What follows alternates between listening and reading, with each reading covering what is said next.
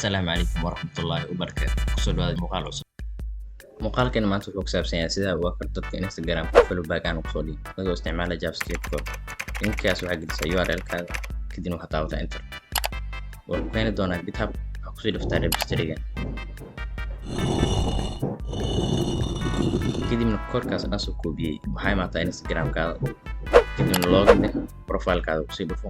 markaa profile-kaada ku dhuftidna right click markaa dhahday kadib inspect kadibna waxaa sii tagtaa control markaa tagtid kadib waxaa ku dhufataa meesha ku qoran tahay example username waxaana gelisaa username-kaada waxaa iska ilaalisaa self cross-site script markaa meesha basta ku dhahday kadibna line ugu dambeeya tag enter dheh wuxuu ku saari doonaa laba array mid waxaa dadka adi follow back aan kusoo dhig midna waxaa dadka adi aan follow back waxaa ku dhufataa array labaad oo ku qoran tahay people who don't follow me back kadib waxaa qaataa username-ka qofka aan follow back kusoo dhig kadibna waxaa tagtaa instagram.com username qofka uu leeyahay markaas go'aankaada iskale ama follow back adin